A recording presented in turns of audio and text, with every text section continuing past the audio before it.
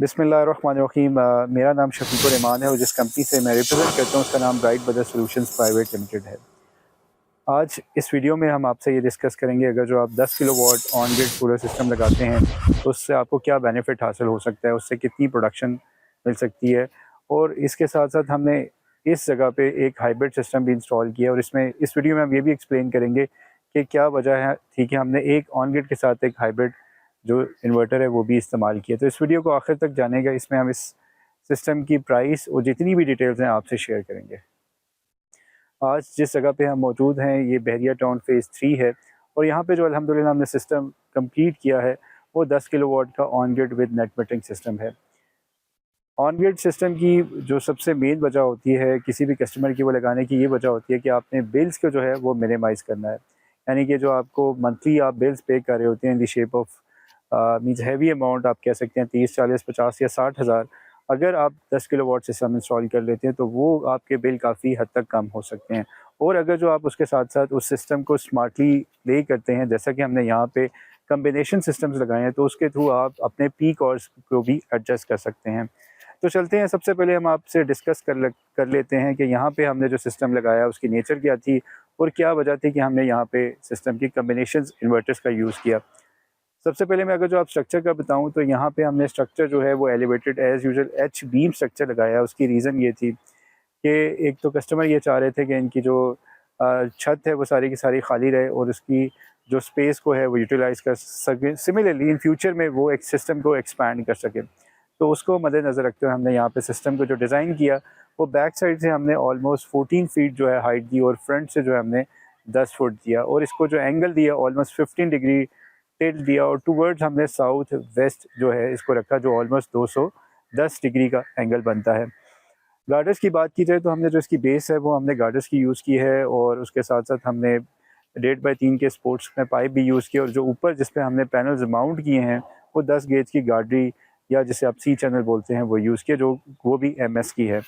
और इस स्ट्रक्चर में भी हमने ये ज़रूर ख्याल किया, क्योंकि हाइट काफ़ी ज़्यादा थी, तो हमने हर पैनल के दरमियान 1.5 से ऑलमोस्ट 2 इंच की स्पेस जो है वो छोड़ी और उसके बाद बीच में एक पैनल की स्पेस भी दी ताकि हवा जो है इजीली सरपास करते हवा का जो प्रेशर आता है। सिमिलरली हमने जो यहाँ पे बेस थी उसको भी प्रॉपर्ली कंक्रीट किया। दो हमने जब हम रावल बोल्ट यूज़ कर रहे थे, दो हम यहाँ पे जो हमने यूज़ किया एंकर बोल्ट यूज़ किए हैं। कई जगहों पे हम रावल बोल्ट यूज़ करते हैं, कई जगहों पे एंकर बोल्ट यूज़ करते हैं, कहीं पे हम थ्रेड्स यूज़ करते हैं। एनीवेज यहाँ पे जो हमने यूज़ किया वो एंकर बोल्ट यूज़ किया और उसके साथ साथ हमने उसको पहले एपॉक्सी से फिलिंग किया जहाँ पे हमने होल्स किए और उसके बाद हमने उसको प्रॉपर्ली टाइट किया और उसके बाद करने के बाद हमने प्रॉपर्ली से वर्क भी किया ताकि किसी किस्म का लीकेज वगैरह का खदशा ना और प्लस जो स्ट्रेंथ है वो मैक्सिमम हो जाए। और दरमियान में हमने सेपरेट जो है 1.5 बाई 3 के जो स्पोर्ट्स भी दिए क्रॉस में ताकि स्ट्रक्चर में मजीद जो है जो स्ट्रेंथ हो जाए। अब बात कर लें टोटल नंबर ऑफ़ पैनल्स की, तो यहाँ पे हमने 19 पैनल्स यूज़ किए हैं। जो पैनल्स का ब्रांड है वो J545 है। जैसा कि आपको पता है Tier 1 कंपनीज़ में जे है, लॉन्जी है, ट्रिना है, चिनको है, राइजन है, ये सारे वो अच्छे पैनल्स हैं, कोई Tier 1 A ग्रेड में आते हैं, तो इनकी जो आउटपुट है मोर और लेस सेम है। और हमने यहाँ पे जो इन्वर्टर का कम्बिनेशन यूज़ किया वो 2 इन्वर्टर्स यूज़ किए हैं। एक इन्वर्टर जो हमने यूज़ किया वो सनग्रो RT प्रीमियम यूज़ किया है, जो कि 5 साल वारंटी के साथ आता है। और रीज़न ये थी 20 किलोवाट की, जो आप पूछ सकते हैं कि इन्वर्टर जो साइड है वो 10 किलोवाट की, जो इन्वर्टर आप इतना बड़ा यूज़ क्यों कर रहे हैं, उसकी रीज़न ये थी जो कस्टमर का प्लान है फ्यूचर में एक्सपेंशन किया, तो इस वजह से हमने इन्वर्टर का साइज़ बड़ा रखा। उसके साथ साथ RT प्रीमियम के साथ हमने एक और इन्वर्टर जो वो भी IP65 है, 2 सनग्रो भी IP65 है, उसका जो नाम है इन्वेरेक्स का नाइट्रॉक्स है, वो इंस्टॉल किया। उसकी वजह ये थी कि कस्टमर ये चाह रहे थे in the case of load shedding, अगर जो लोड शेडिंग होती है जैसे बहरिया टाउन में गर्मियों में, चलिए आजकल तो लोड शेडिंग नहीं हो रही, गर्मियों में आधे घंटे की ऑलमोस्ट लोड शेडिंग होती है, उसको कैटर करने के लिए उन्होंने एक हाइब्रिड का भी कम्बिनेशन यूज़ किया जिसके साथ हमने 2 अदद बैटरीज फिनिक्स की 230 एम्पियर की लगाई हैं। हाइब्रिड का कम्बिनेशन का कस्टमर को ये फ़ायदा होता है कि ना सिर्फ वो आपकी लोड शेडिंग में काम कर सकता है, अगर जो आप जैसे नाइट्रॉक्स है इसमें ये भी ऑप्शन है कि आप टाइम सेट कर सकते हैं पीक और ऑफ पीक के, उस टाइम आप चार्ज या डिस्चार्ज कर सकते हैं। तो अगर कस्टमर का लोड कम है तो वो ऑफ पीक के टाइम और पीक के टाइम उसको स्मार्टली मैनेज करके तो जो पीक आवर्स हैं, जो वापडा के पीक आवर्स हैं, उसको ख़त्म किया जा सकता है। फॉर एग्जांपल अगर जो 5 से 10 की बात की जाए तो ये आपके पीक आवर्स होते हैं जो कि वापडा के होते हैं। इसमें आपको जो बिल पर यूनिट चार्ज किया जाता है वो ज़्यादा किया जाता है। अगर इस पे हम प्रोग्राम कर दें इसी इन्वर्टर में, जो कि इसके अंदर बिल्ट इन ऑप्शन है, लेट्स सपोज हम 5 to 10 इसको ऑन कर देते हैं, इसके जनरेटर पोर्ट की जो सेटिंग्स है उसमें हम सेट करके, तो उसमें फिर ये फ़ायदा होता है कि उस टाइम आपकी बैटरीज जो होती हैं वो डिस्चार्ज होती है, ग्रिड नहीं होती। इसी तरह बाद में आप वो सेट कर सकते हैं कि उस टूवर्ड्स अदर जो टाइम है उस पर आप बैटरीज को वापडा से चार्ज कर सकते हैं at the time off peak जो वापडा के होते हैं।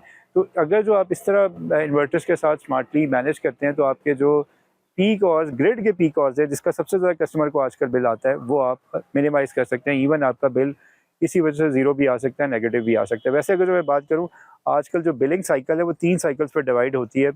जब आप सिस्टम लगा लेते हैं, जो फर्स्ट मंथ आपका जो बिल आता है वो प्रीवियस मंथ का बिल आता है, बिकॉज आपका बिल जो होता है वो प्रीपेड ही पोस्ट पेड होता है। तो इस वजह से जो आपको फर्स्ट मंथ बिल देना पड़ता है, सेकंड मंथ में आपके एक्सपोर्ट आपके बिल में शो हो जाते हैं, लेकिन आपकी पूरी एडजस्टमेंट इस वजह से नहीं होती क्योंकि आपके प्रीवियस मंथ के जो वापडा के पीक आवर्स होते हैं वो सेकंड मंथ में रिफ्लेक्ट हो रहे होते हैं। और थर्ड मंथ, जिसे थर्ड साइकिल बोलते हैं, उसमें जाके आपके जो पीक आवर्स वापडा के हैं वो एडजस्ट हो जाते हैं अगर आपने सरप्लस यूनिट्स जनरेट की थी अपने सोलर सिस्टम में। तो इसका मतलब ये है कि आपको सोलर सिस्टम लगाने के बाद 3 महीने का इंतज़ार करना पड़ता है, थर्ड मंथ में जाके आपके जो वापडा के पीक आवर्स है उसकी एडजस्टमेंट होती है। अगर आपने हाइब्रिड सिस्टम लगा लिया है, बैटरीज लगाई है, तो आप उसको अपने पीक आवर्स को मिनिमाइज़ कर सकते हैं, जिसका मैंने आपको ऑलरेडी तरीका बताया आपको किस तरह करते हैं। खैर, यहाँ पे जो दोनों हमने इन्वर्टर्स यूज़ किए वो दोनों IP65 हैं, डस्ट प्रूफ हैं, किसी किस्म की आपको मेंटेनेंस नहीं करनी पड़ती, सवाए एक बैटरी जो है वो उसकी आप कह लें कि 4 से 5 साल एक एवरेज है, जो कि 1700 साइकिल्स हैं। उसके बाद शायद आपको बैटरीज की रिप्लेसमेंट करना पड़े। अदरवाइज़ दोनों इन्वर्टर्स की 5 साल वारंटी आती है। पैनल्स की बात की जाए तो इसकी 10 साल प्रोडक्ट वारंटी है और 25 साल इसकी परफॉर्मेंस वारंटी है। अब बात कर लेते हैं हम इस सिस्टम में प्रोटेक्शंस हमने कौन कौन सी इंस्टॉल की हैं, बिकॉज दोनों सिस्टम ऑन ग्रिड हाइब्रिड है। जो इवन इन्वायरेक्स का इन्वर्टर है उसमें भी हमने फीड इन की ऑप्शन ऑन की हुई है। जब अगर कस्टमर यूटिलाइज़ नहीं करा दिन के टाइम अपना वापडा या ग्रिड, तो जो एक्स्ट्रा सरप्लस जनरेशन होगी वो reverse in the shape of जो ग्रीन मीटर है उसमें आपकी रिफ्लेक्ट होगी। अब बात कर रहे थे हम सेफ्टी की, तो सेफ्टी की बात की जाए तो हमने यहाँ पे सारे सेफ्टी जो पैरामीटर्स हैं वो मैयर्स किए हैं।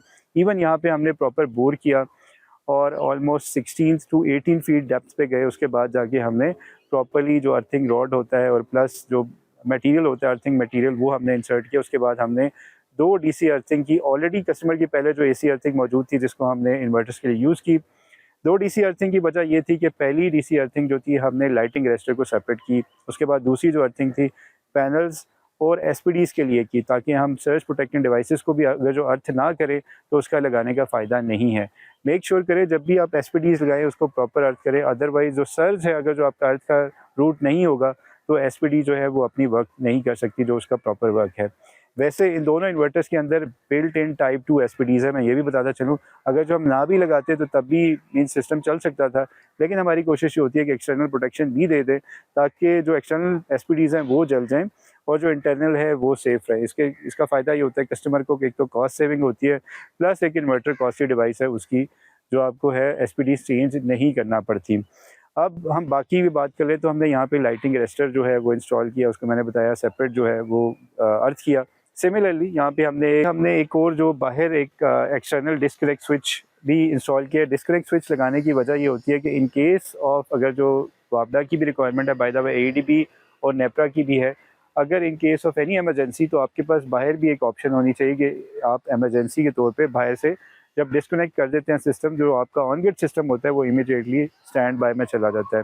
एक रीज़न डिस्कनेक्ट स्विच लगाने की ये भी वजह है कि अगर किसी ने वापडा वालों ने यहाँ पे काम करना है या बहरिया वालों ने काम करना है तो उनके पास एक ऑप्शन होनी चाहिए, बिकॉज ऑन ग्रिड सिस्टम है, दो इसमें एंटी आइलैंडिंग का फीचर होता है, UL सर्टिफाइड है इन्वर्टर्स, लेकिन बावजूद इसके कि वापडा वाले अपनी just for the self satisfaction के लिए जहाँ पे सोलर सिस्टम लगा होता है वो बाहर से डिस्कनेक्ट स्विच ऑफ कर देते हैं ताकि लाइन पे या कहीं काम करना हो तो वो आपके पास एक प्रोटेक्शन हो। तो ये सारी प्रोटेक्शंस हमने यहाँ पे जितनी बेसिक और जो यहाँ पे हमने प्रोटेक्शंस है वो कंप्लीट की। अब इस सिस्टम की अगर जो हम ओवरऑल प्रोडक्शन की बात की जाए ओवरऑल सिस्टम की, तो आपको एक 10 किलोवाट गर्मियों में जो है ऑलमोस्ट 1300 समाव 1400 भी समटाइम्स आपको प्रोडक्शन दे सकता है। लेकिन सर्दियां हैं, सर्दियों में हमारी प्रोडक्शन इफेक्ट होती है। उसकी एक तो रीज़न ये है कि हमारे पास जो सन आवर्स हैं वो काफ़ी कम हो जाते हैं। सिमिलरली जो आजकल जो टेम्परेचर है आपके सामने है, क्लाउडी वेदर रहता है प्लस फोग है, तो इस वजह से अभी जो ऑन एवरेज जनरेशन है 25 से 30 यूनिट्स जो है वो हो जाती हैं। अगर जो आपका वेदर नॉर्मल हो या पार्शियल क्लाउडी भी हो तो इतने आप यूनिट्स जनरेट कर लेते हैं, तो इट मीन्स आपको 900 से 1000 तक यूनिट्स भी मिल सकती हैं। इतनी आप सेविंग्स कर सकते हैं। दूसरी वजह ये भी होती है सर्दियों में कि आपकी कंजप्शन भी कम होती है, लेकिन ये बैरियर टाउन है, यहाँ पे मोस्टली कुछ एरियाज़ में गैस का बड़ा इशू है। तो हम कस्टमर्स को सजेस्ट करते हैं कि बजाय आप नेचुरल गैस के आप थ्रू इस सिस्टम को यूज़ करें, ताकि आप एक तो आपका गैस का बिल भी ना आए, दूसरा सबसे बड़ा जो चैलेंज होता है सर्दियों में गैस का होता है, हीटर का होता है। तो in the shape of this solar system से आप वो भी जो है सर्दियों में यूटिलाइज़ कर सकते हैं और अपने बिल्स को मिनिमाइज़ कर सकते हैं। अब बात कर लेते हैं सिस्टम की ओवरऑल कॉस्ट की जानिब। आजकल कॉस्ट दोबारा एकदम से जो है वो चेंज होना शुरू हो गई है, बिकॉज़ अगेन जो हमारे पास चैलेंज आना शुरू हो गया है वो गवर्नमेंट की तरफ से आ रहा है। मींस गवर्नमेंट ने दोबारा जो है इंपोर्ट पे रिस्ट्रिक्शंस लगा दी हैं। बीच में 2 से 3 महीने हमारा दोबारा चीज़ें एक बेहतर हुई थी, लेकिन अब दोबारा टुवर्ड्स जो प्राइसेस हैं वो काफ़ी इंक्रीज़ होना शुरू हो गई हैं। अगर हम बात कर लें आज इस सिस्टम की, जिसमें 20 किलोवाट सनग्रो इन्वर्टर है, 3 किलोवाट नाइट्रॉक्स है, बैटरीज हैं, प्लस ईच एंड एवरीथिंग बैरिया की पीसेस हैं, बाई डायरेक्शनल मीटर है, ट्रांसपोर्टेशन, ऑलमोस्ट आपको इस सिस्टम की जो कॉस्ट है 21.5 लाख के करीब आपको इसकी कॉस्ट आती है। अगर आप लोग भी चाहते हैं एक रिलायबल और एक अच्छा सिस्टम इंस्टॉल करना और आप चाह रहे हैं कि अपने बिल्स को कम करना, तो आप नीचे के नंबर पे हमसे रब्ता कर सकते हैं। If you have any question you can ask. जिन लोगों ने अभी तक हमारा यूट्यूब चैनल सब्सक्राइब नहीं किया वो सब्सक्राइब कर लीजिए, ताकि आने वाले दिनों में आपको ऐसी इन्फॉर्मेटिव वीडियो आपसे शेयर कर सकें। जज़ाकल्लाह।